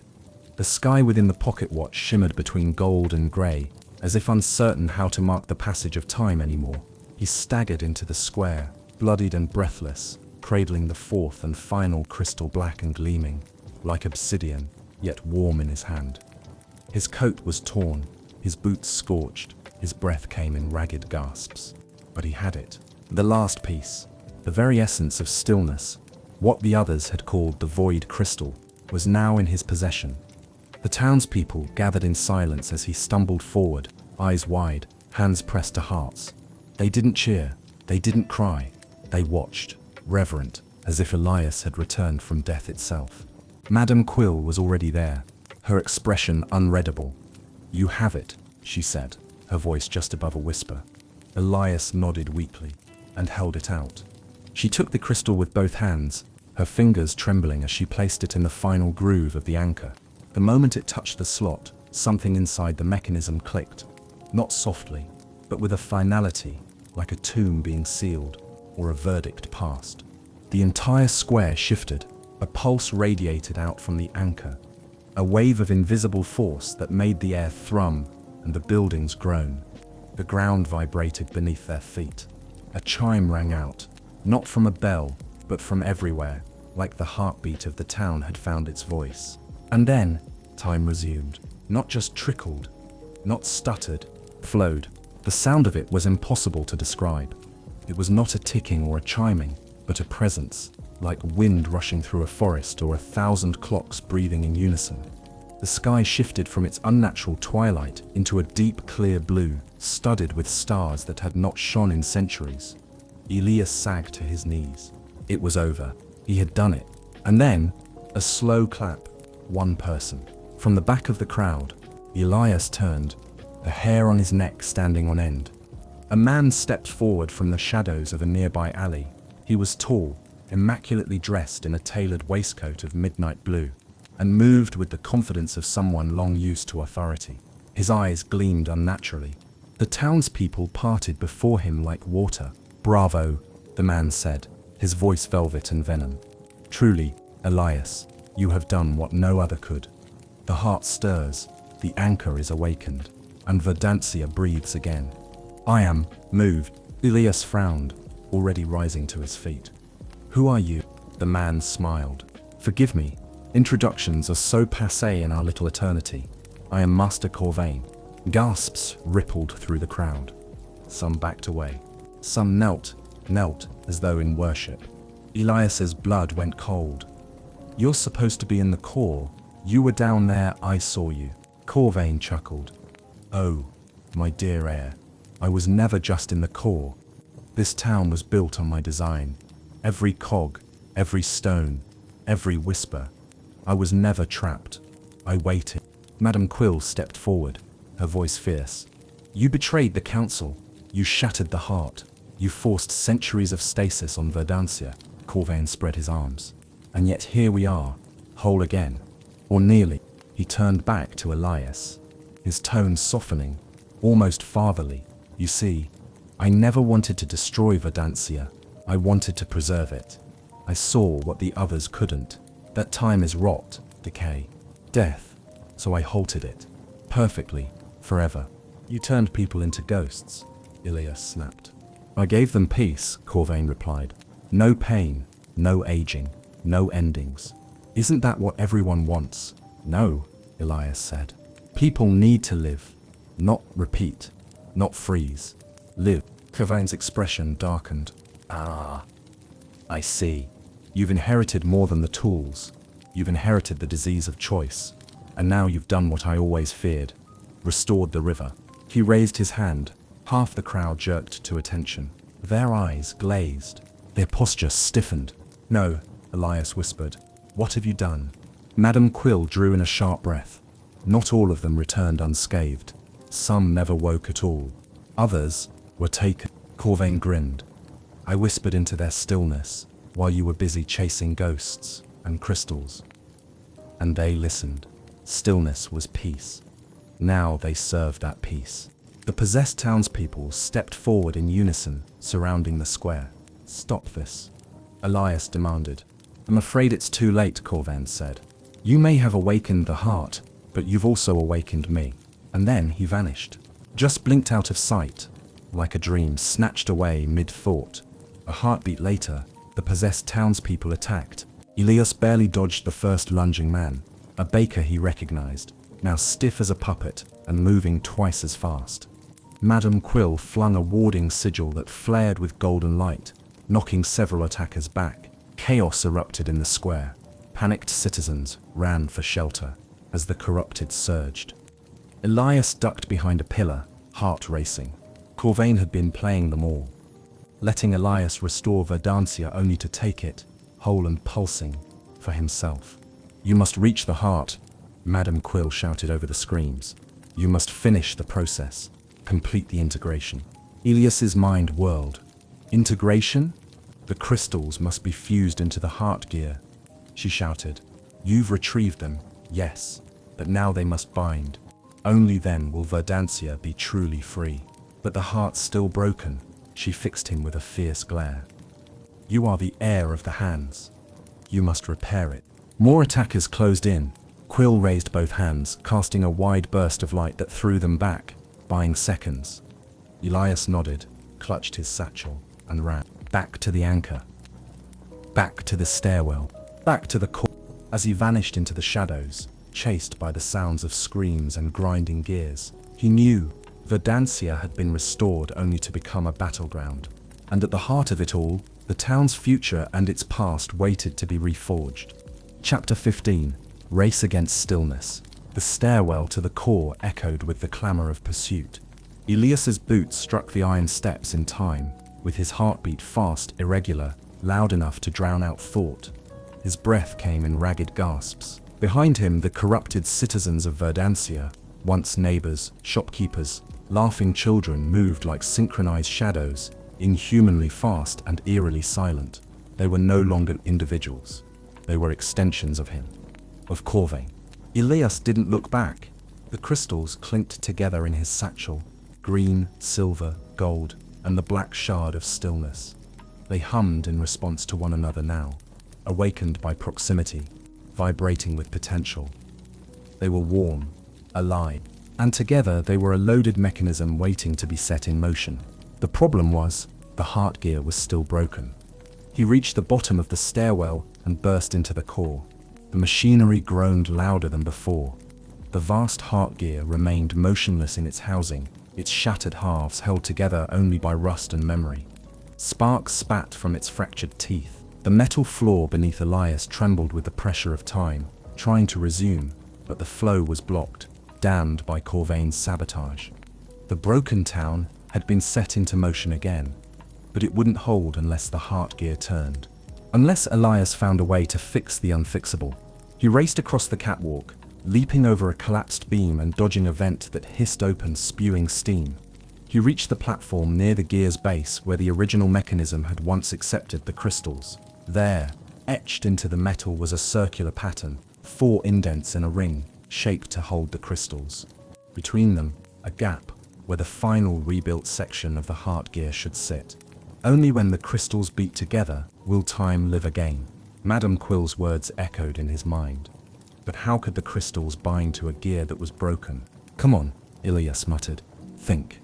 He pulled off his satchel, laying the crystals gently into their slots.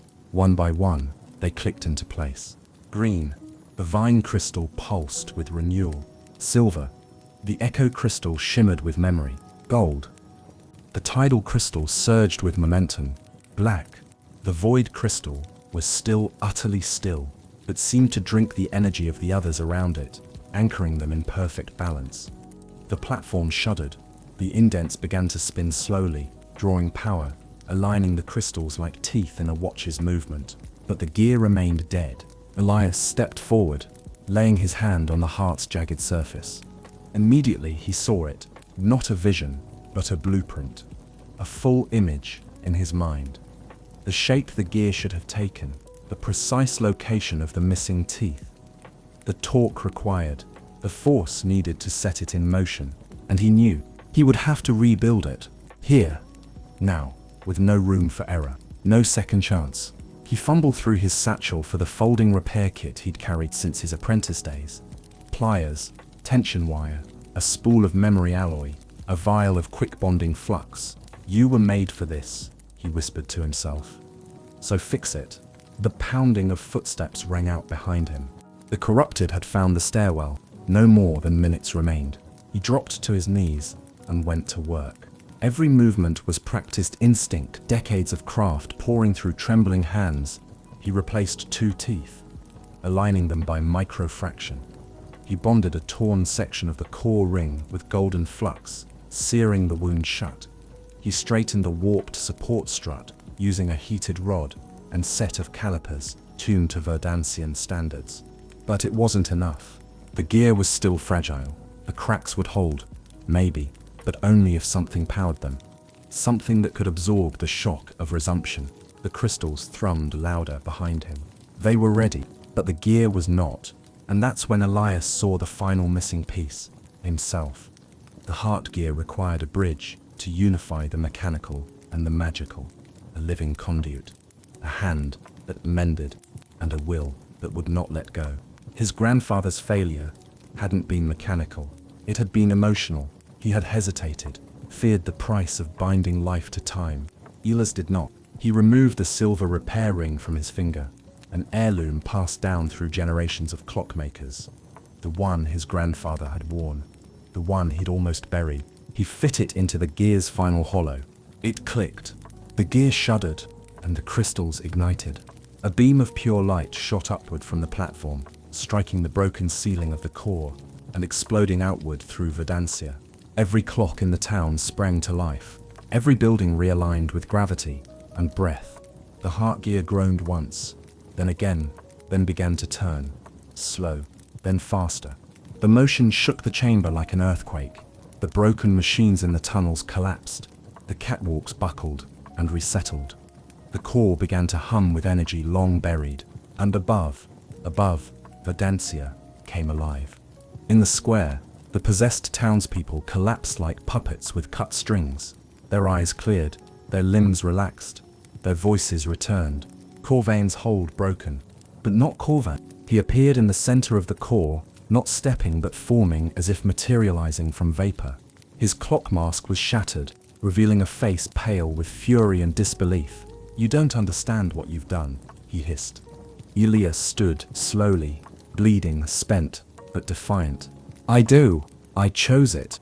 Corvain lunged, but too late. The heart gear turned fully, a thunderclap of energy rippled out, and Corvain was swept backward into the broken machinery, screaming as his form fractured. No longer man, no longer memory, just static, pulled apart by the one force he had tried to destroy, time, and then it was quiet. The heart turned smoothly now. The crystals glowed in unison.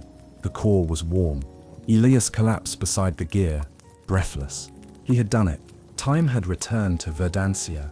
Above, the first true sunrise in centuries broke across the town, and Verdansia remembered what it meant to live. Chapter 16. The Mending of Time. For the first time in centuries, Verdansia woke up to morning. Not eternal twilight, not looping light, not a frozen mid-dusk trapped in a pocket of misremembered hours.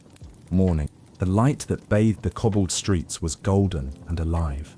It spilled between buildings like liquid warmth. Leaves rustled in the breeze, not a fake rustle triggered by mechanical breath, but a true wind, one born from weather, from movement, from change. And for the first time in a very long while, time had meaning. Elias stood at the center of the town square beneath the restored clock tower. It no longer leaned or loomed. The great face of Verdansia's central timepiece now turned with solemn elegance, ticking out the seconds with grace and clarity. 7:03 a.m., Verdansia's first true hour in lifetimes. All around him, townspeople worked. not in the mindless loops of the fractured, not under the glazed-eyed compulsion of Corvain's influence, but with intention, real rebuilding. The baker opened his windows and laughed for the first time anyone could remember. The weaver unlatched her shop and found that her fingers still remembered how to spin. Children ran through the streets, inventing new games in a town that had once felt like a graveyard. The air was different, not just in scent or sound, but in weight. Something had lifted. Elias walked slowly toward the anchor, now fully awakened. All 4 crystals sat in their places, green, silver, gold, and black, glowing softly. Their pulses were no longer frantic or desperate. Now they throbbed in harmony, like a metronome that had found its perfect tempo. Madame Quill waited beside the mechanism, her expression unreadable. Her robes were marked with oil and dust, and her hair, once impeccably tied, now hung loosely around her shoulders. She looked tired and grateful. "You did it," she said. Elias gave a short, disbelieving laugh. "I keep waiting for something else to go wrong." Madame Quill smiled faintly. "There will be things that go wrong. That's the point of time moving forward. It's imperfect, but it's real." They stood in silence for a long moment, watching people rediscover the rhythm of life.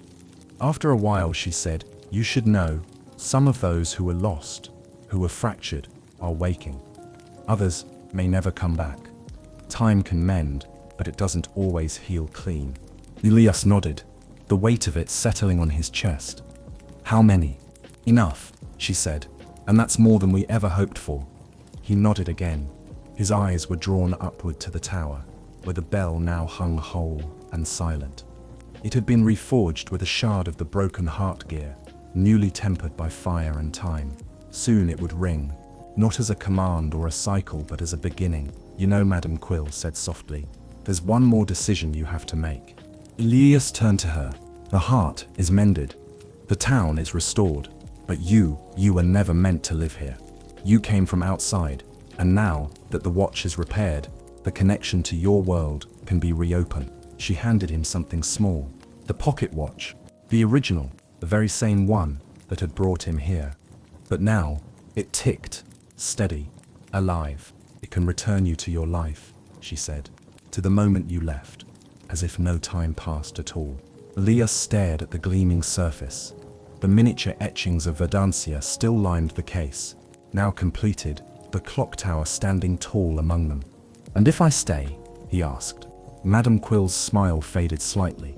"You'll live," she said, "for a time, but Verdancia is still bound to the watch. You'll age, you'll slow. One day, time will take you too." He closed his fingers around the watch and turned away from her, staring out at the town. He saw the woman sweeping her doorstep with a handmade broom, the boy painting new signs for the bakery, the clockmaker's apprentice in a nearby shop, smiling shyly at a crowd gathered to hear a chime they'd forgotten existed. He thought about his grandfather, about the legacy passed down, not through inheritance, but through understanding. Fix what others forgot to fix. Protect what others left behind. Choose not what's easiest, but what's right. Elias turned back to Quill, heart heavy, but clear. "I've never belonged anywhere more than I do right here." Her eyes misted. "Then Verdancia welcomes you. Not as its heir, not as its repairer, but as its own." He pocketed the watch, not as a tool now, but as a keepsake. Behind him, the bell rang for the first time in centuries. It was not loud, not grand, not demanding. It was simple, warm, present, and as it echoed through the streets of a town that remembered what it was to breathe, Elias Venn, the man who mended time, took his place among the living. Chapter 17. The choice to stay or go. The town no longer whispered. It spoke, not with words, but with sounds of life. Footsteps echoing across clean cobblestones, bells chiming softly in the distance, doors creaking open with purpose, not hesitation. The people of Verdancia no longer walked with weightless, uncertain steps. They moved forward. They laughed. They sang. They lived. And Elias Venn stood at the threshold of a decision he had never thought he would have to make, whether to stay in this world he had saved, or return to the one he had left behind. He sat alone, on the highest balcony of the newly restored clock tower. From this height, Verdantia spread out before him like the inside of a delicate timepiece, its streets and alleys spinning off from the central square like gears locked in harmony. It was evening now, a true evening, the kind that melted the edges of the day into something quiet and golden. Lamps were lit, market stalls packed up for the night, families gathered around tables, children skipped past fountains that once stood dry and silent. He held the pocket watch in his palm. It ticked quiet and sure. Madame Quill had told him the truth. The repair of the heart gear had reconnected Verdantia to the river of time, but it had also reawakened the link to the world beyond, the world where Elias had come from. The world where his workshop still stood empty, dusty, paused mid-movement. The watch, now restored, would take him back to the precise moment he had left. It was an impossible offer, to return to a life untouched by everything that had happened here, to step back into his quiet, unremarkable shop, as though nothing inside him had changed. But everything had changed. He had changed. He looked out over the rooftops. The town's mechanical veins now moved with clarity, not hesitation. The great arms of the wind-driven mills turned in time with the restored core. The anchor no longer hummed with desperation. It thrummed with purpose. He exhaled deeply, letting the air fill him. He could still feel the weight of every crystal as he'd retrieved it. Still hear the maze whispering forgotten names. Still see the glint of his own grandfather's ghost fading into steam. Still smell the oil-soaked stone of the heart's chamber. Still feel the final turn of the gear beneath his hand. He closed the pocket watch and set it gently beside him. Below, he saw Madame Quill talking to a group of children at the fountain. She was smiling, truly smiling for the first time since he had met her. Nearby, the baker handed out warm loaves without charging. The painter was hanging a new sign, Verdantia restored. The tower bell chimed once, clear, honest. Elias stood. He had nothing waiting for him in the world he'd left. No family left, no apprentice, no calling. But here, he had purpose, a place where his hands were not just repairers of gears, but keepers of time itself. As the stars began to prick the darkening sky, he looked down at the watch one final time. It glowed faintly, almost in expectation. Elias smiled. "Thank you," he said softly. And then, he turned and walked away. Not back through the portal, not back to his old life, but forward into the square, into the town, into the moment. Later that night, the watch sat alone on the balcony rail, ticking gently. Then, without a sound, its lid slowly closed. It would stay there, untouched until time brought another hand worthy of winding it open again. Chapter 18. The Watchmaker's Legacy. Years passed. The skies above Verdantia no longer flickered with broken light. They turned with quiet, reliable rhythm. Gold in the morning, blue at noon, violet at dusk. The stars had returned. Not as distant decorations, but as markers. Proof that time moved again. That stories unfolded not in loops, but in lines. The heart gear still turned. Each revolution whispered a truth. Verdantia had been broken, and then it had been mended. By hands that remembered how. Elias Venn had stayed.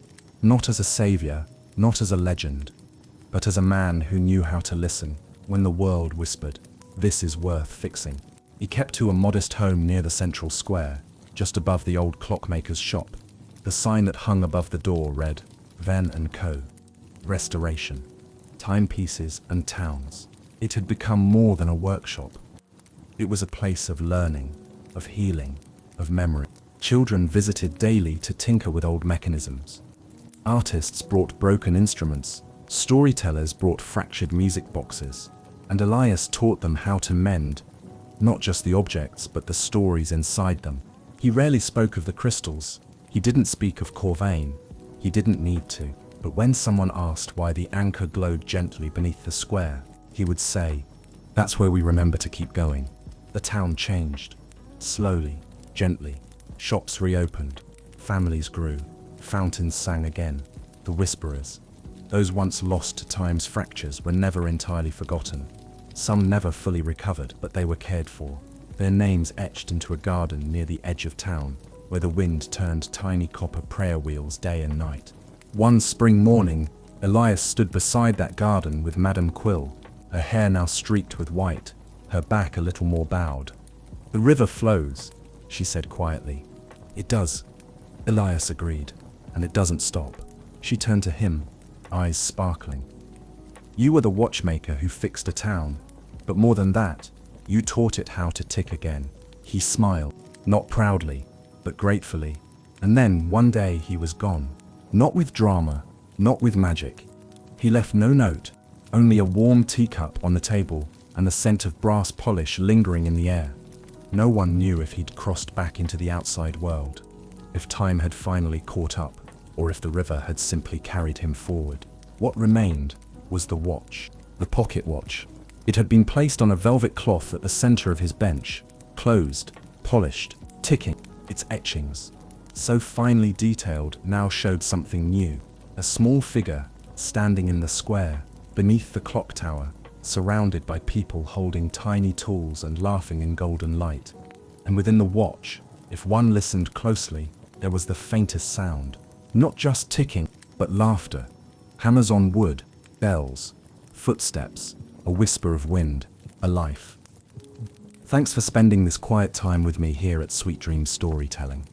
I hope you're feeling relaxed, peaceful, and ready for a restful sleep. As we say goodnight, let the calm background music guide you gently into dreamland. Sweet dreams. Before you go, don't forget to like the video and subscribe. And until next time, rest well.